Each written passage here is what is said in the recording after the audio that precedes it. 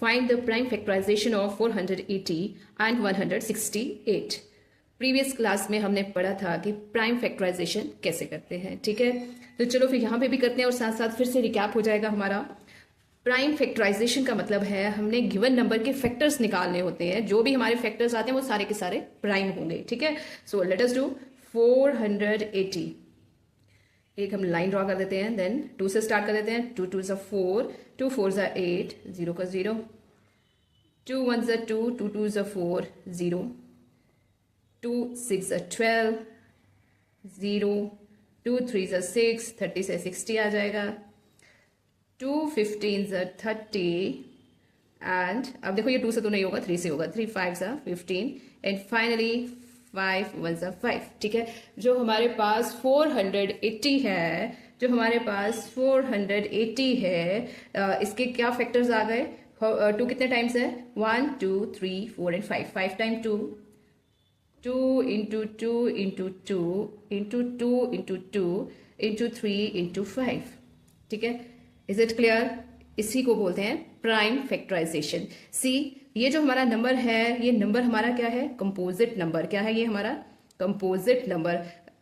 2 से ज्यादा इसके फैक्टर बन रहे हैं तो ये क्या हो गया? कंपोजिट नंबर, ठीक है। कंपोजिट नंबर, कंपोजिट नंबर जो है is equal to the product of all primes. Product of prime number, देखो जितने भी नंबर है सारे के सारे प्राइम है। 2 2 3 5 all are primes. So composite number is equal to product of prime number, product of prime number. Is it clear? Is it clear? 480 के हमने फैक्टर्स निकाले, सारे के सारे फैक्टर्स इसमें प्राइम आते हैं, इसीलिए इसको बोला जाता है प्राइम फैक्टराइजेशन, ठीक है। और जो गिवन नंबर होता है वो क्या होता है? Composite number. Now let us the second one, 168। देखो बेटा, इसको भी हम 2 से स्टार्ट करेंगे क्योंकि इवन नंबर है तो 2 से डिवाइड हो जाएगा। 2 8 16, 2 4 8, 2 4 8, 2 2 4, 2 2 4, 2 1 2। नाउ 21, 3 7 21, एंड फाइनली 7 1 7, ठीक है। तो ये देखिए 168 के फैक्टर्स क्या आ गए? 2 into 2 into 2, 2 into 2 into 2 into 3 into 7। सी, यहाँ पे भी ये कंपोजिट नंबर है, एंड द प्रोडक्ट जो है वो क्या है कि सारे के सारे क्या है? Prime number. सारे के सारे क्या है? वो prime number. Is it clear? सारे के सारे क्या है? ये प्राइम नंबर, ठीक है। आई होप सो आपको प्राइम फैक्टराइजेशन सॉल्व करना काफी हद तक समझ आ चुका है। ओके, सी नेक्स्ट टॉपिक है हमारा fundamental theorem of arithmetic. Fundamental theorem of arithmetic, ठीक है। सुनने में तो बहुत बड़ी लग रही है बट ऐसा कुछ नहीं है। Now let us do every composite number can be expressed as product of primes। सी बेटा, जब मैंने आपको प्राइम फैक्टराइजेशन के अभी ये क्वेश्चन करवाए तो मैंने क्या बोला? ये जो गिवन नंबर हमारे पास है ये क्या दिया है? Composite number. ये क्या दिया है? Composite number. और जो हमारे पास फैक्टर्स आए वो क्या था? Product of prime numbers. ये सारा क्या है? Product of prime numbers, all are prime numbers, ठीक है। तो हमने क्या लिखा? Composite number is equal to product of prime numbers. तो अर्थमेटिक जो फंडामेंटल थ्योरम ऑफ अर्थमेटिक है वो क्या बोल रही है? सेम एक्सप्लेन किया हुआ है। Every composite number can be expressed as product of primes, can be expressed as product of primes. इसका मतलब जो इतनी बड़ी थ्योरम का जो नाम दिया है, एक्चुअल में वो थ्योरम क्या है? Prime factorization. आप इसको प्राइम फैक्टराइजेशन भी बोल सकते हो। इस थ्योरम का दूसरा नाम प्राइम फैक्टराइजेशन भी है, क्योंकि जो हम प्राइम फैक्टराइजेशन करते हैं उसका भी सेम मेथड है। कोई भी कंपोजिट नंबर जो है किसके कैसे एक्सप्रेस करेंगे हम, या किसके इक्वल होगा? Product of prime numbers. यही आपकी फंडामेंटल अर्थमेटिक थ्योरम भी कहती है। सो इसको देखकर डरना बिल्कुल नहीं है। इस चैप्टर में उन्होंने ये थ्योरम भी रखी है, फंडामेंटल थ्योरम ऑफ अर्थमेटिक। तो वो एक्चुअल में क्या है? Is prime factorisation. सिंपली देखो, आपको याद भी हो गया होगा, composite number can be expressed as product of prime numbers is known as fundamental theorem of arithmetic, और you can say it as prime factorisation. It is very very easy. So इसके base पे अब हम questions करते हैं। Check whether 6 power n can end with the digit 0 for any natural number n। ये आपका CBSE के बोर्ड में 2012 में ये क्वेश्चन आया है, बहुत बार रिपीट भी होता है। It's very important question. देखो, इस क्वेश्चन में सिर्फ थोड़ा सा समझने वाला है बट इतना कुछ नहीं है, ठीक है। देखने में तो अटपटा लग रहा है, हम सॉल्व क्या करेंगे मैं आपको बताती हूँ क्या करना है इसमें।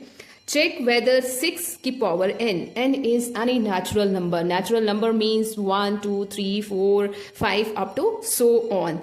Check whether 6n can end with the digit 0। बताओ कि जो 6 की पावर जो नेचुरल नंबर है, any number can end with the digit 0, क्या वो 0 से एंड हो गई for any natural number n? ठीक है, let me explain you first. Okay, बात ये है बेटा, मान लो हमारा एक नंबर है 10, ठीक है, ये कौन से किससे एंड हुआ है? ये 0 से, ठीक है। अगर हम 0 के फैक्टर्स निकालेंगे तो क्या आएगा? मीन 0 नहीं, सॉरी, 10 के फैक्टर निकालेंगे तो कैसे आएंगे, क्या आएगा? 2 5 10, 5 1 5, 20। हमने वो नंबर लेने हैं जो एंड विद 0 हो, ठीक है। 20, 2 से 2 10 20, 2 5 10, 5 1 5।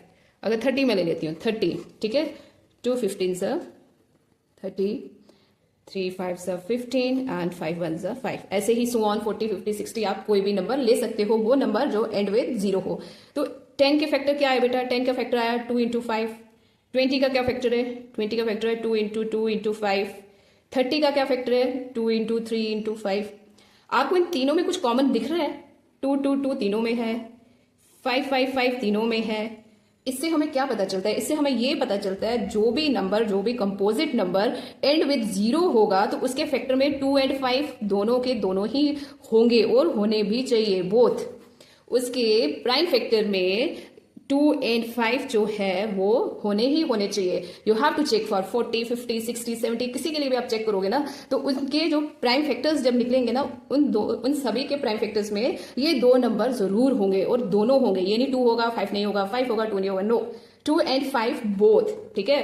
तो इसका मतलब हमें पता चला कि जो नंबर 0 से एंड होता है उसके फैक्टर्स में ये दो नंबर होना बहुत जरूरी है, 2 एंड 5। अगर उसके फैक्टर में 2 या 5 मिसिंग होगा या दोनों मिसिंग होंगे, वो 0 से एंड नहीं होता होगा, ठीक है। अगर मान लो कोई हम नंबर ले लेते हैं जैसे 36 के अगर आप बेटा फैक्टर निकालोगे इसमें 2 आएगा 5 नहीं आएगा। So let us check it, see 2 1 2, 2 8 16, 2 9 18, 3 3 9, 3 1 3। देखिए इसमें क्या है? 2 इंटू 2 इंटू 3 इंटू 3, 2 है बट 5 नहीं है, नहीं है। इट मीन्स ये जो है ये हमारा नंबर, ये हमारा कंपोजिट नंबर 0 से एंड नहीं हुआ है, तभी इसमें 5 मिसिंग है, सिर्फ 2 है। हमें 2 नहीं चाहिए, हमें दोनों चाहिए। अगर हमें किसी के फैक्टर्स में 2 एंड 5 दोनों मिल जाते हैं प्राइम फैक्टर, इसका मतलब जो इनका कंपोजिट नंबर होगा, जो मेन नंबर होगा, वो एंड विद 0 होगा, ठीक है। Is it clear? चलो मैं बताती हूँ आपको। सी हम क्या लिखेंगे? For a number to end with 0,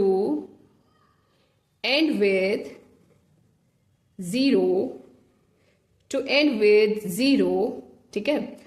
क्या? इट्स प्राइम फैक्टराइजेशन, उसके प्राइम फैक्टराइजेशन में क्या होना चाहिए? वेरी नाइस, उसके prime factorization should contain 2 and 5 both. Prime factorization should contain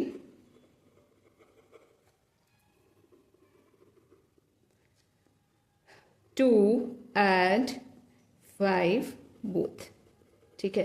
ये समझ आ गया? ये मैंने आपको एक्सप्लेन करके बता दिया कि कैसे एंड विद 0 के नंबर में ये दोनों के दोनों प्राइम फैक्टराइजेशन होने चाहिए। अगर होंगे इट मीन्स जो नंबर है वो एंड विद 0 है, अगर नहीं होंगे इसका मतलब जो नंबर है वो एंड विद 0 नहीं है। Okay, now let us check for 6n। Is it clear? Okay, जब हम n इक्वल टू 1 लेंगे तो 6 की पावर क्या होगी? 6 की पावर 1, ठीक है। अगर मैं 6 के यहाँ पे फैक्टर निकालती हूँ, प्राइम फैक्टराइजेशन करती हूँ, 2 3 6, 3 1 3, क्या फैक्टर आ गया 6 का? 2 इंटू 3, ठीक है। सी 6 का नेचुरल नंबर जो है उसकी पावर रखकर भी हमारे पास जो फैक्टर है वो क्या आया? 2 इंटू 3, 5 तो मिसिंग है। Okay, let us see n for 2। 6 ये हो गया आपका 6n is equal to 2 into 3 की पावर n, ठीक है। For n is equal to 2, 6 की पावर 2, ठीक है। 6 की पावर 2, इसका मतलब 2 इंटू 3 की पावर 2। 6n किसके इक्वल है? इसके इक्वल है। 2 इंटू 3 की पावर 2 का मतलब है 2 मल्टीप्लाइड बाई 3, 2 टाइम्स हो जाएगा ना, फिर से 2 मल्टीप्लाइड बाई 3। देखो जितनी बार भी ये रिपीट कर लें इसमें 5 मिसिंग है तो मिसिंग ही रहेगा, ठीक है। n को हम 3 के लिए भी चेक कर लेते हैं, डाउट क्लियर कर लेते हैं अपना। 6 की power 3 is equal to 2 into 3 की power 3 which is equal to 2 into 3, 2 into 3 into 2 into 3। See किसी में भी 5 नहीं आया है, तो इसमें 5 आपका मिसिंग है, इसमें 5 आपका मिसिंग है। इट मीन्स ये जो 6 की पावर n है कैन नॉट एंड विद 0, ये 0 से एंड नहीं हुई है, ठीक है। तो आप क्या लिखोगे, सिंस प्राइम फैक्टराइजेशन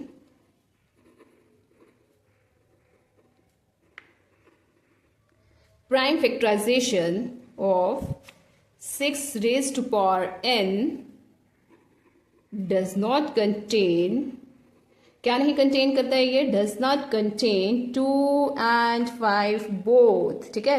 दोनों इकट्ठे कंटेन करना चाहिए कि दोनों के दोनों होने चाहिए, ये नहीं कंटेन कर रहा है, इसमें तो 5 था ही नहीं, बट हमें चाहिए दोनों इकट्ठे। अगर दोनों होंगे तो हम बोलेंगे this number can B and with 0, but ऐसा तो नहीं हुआ।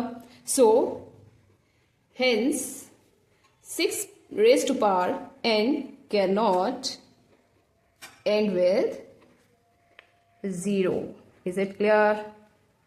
बहुत ईजी है, कुछ भी मुश्किल नहीं है। 0 एंड में होगा तो 2 फैक्टर्स होंगे ही होंगे। अगर दोनों में से एक भी मिसिंग हुआ, इसका मतलब ये जो नेचुरल नंबर है ये जो है 0 से एंड नहीं हुआ है। सी एग्जाम में 6n की जगह कुछ भी आ सकता है, 7n भी आ सकता है, एनी नंबर, ठीक है। But you have to check जिसका एंड विद 0 होगा वही कंटेन करेगा, अदरवाइज नहीं। जिसका एंड विद 0 होगा वो क्या कंटेन करेगा, 2 and 5 बोथ, ओके।